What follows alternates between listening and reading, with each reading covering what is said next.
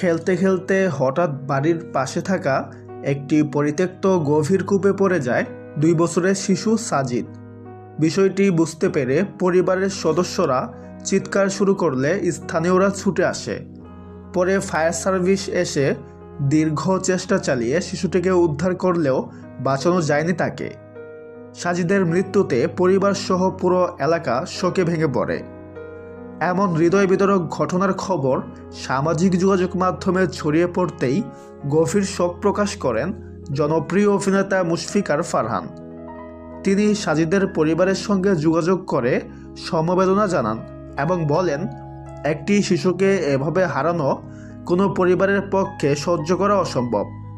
আমি তাদের পাশে আছি। ফারহান প্রয়োজনে পরিবারের পাশে দাঁড়ানোর আশ্বাস দেন এবং ভবিষ্যতে এমন দুর্ঘটনা যেন আর না ঘটে সেজন্য পরিত্যক্ত কূপগুলো দ্রুত সুরক্ষিত করার দাবি তোলেন। তো ভিউয়ার্স, এই বিষয়ে আপনার কি মতামত কমেন্টে জানাতে পারেন। সবাই ভালো থাকবেন। ধন্যবাদ।